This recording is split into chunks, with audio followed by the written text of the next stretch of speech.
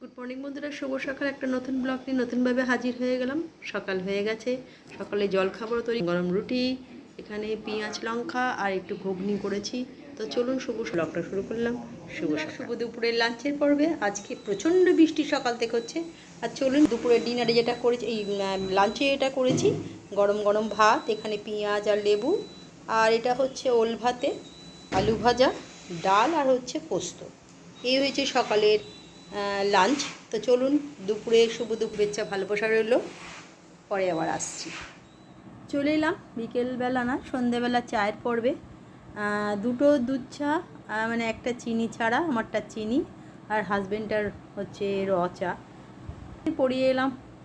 আজকে ওয়েদারটা মোটামুটি ঠিকই আছে। বৃষ্টি সকাল হয়েছিল, এখন আর বৃষ্টি নেই, মেঘলা আকাশ। আর যাওয়ার সময় গুড়ি গুড়ি বৃষ্টি পড়ছিল, এখন কোনো বৃষ্টি নেই।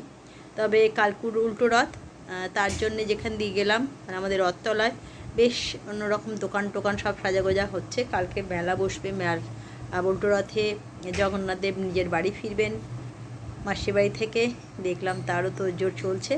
তো চলুন শুভ সন্ধ্যার শুভেচ্ছা জানিয়ে চাটা খেয়ে নিই, তারপরে আবার সন্ধ্যেবেলা বাড়িতে পড়তে আসবে, তাদের তো পড়াতে হবে।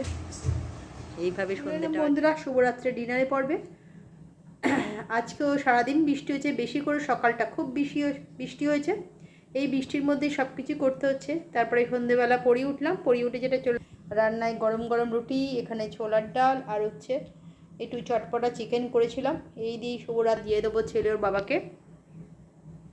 একটা করে দিন কোথা দিয়ে যেন চলে যায় বুঝতে পারি না। সকাল হচ্ছে, আস্তে আস্তে সারাটা দিন কেটে যাচ্ছে, আবার রাত হচ্ছে।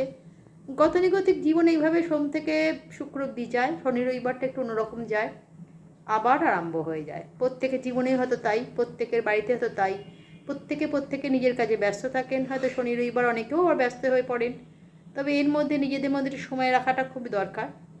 সবার ক্ষেত্রে হয় না, আমাদের খুব অল্প সীমিত টাইম পাই, তাই নিজেদের মতন কাটাবার চেষ্টা করি। সবাই করবেন সেটা। তো চলুন শুভরাত্রের শুভেচ্ছা আর ভালোবাসা দিয়ে ব্লগটা শেষ করলাম।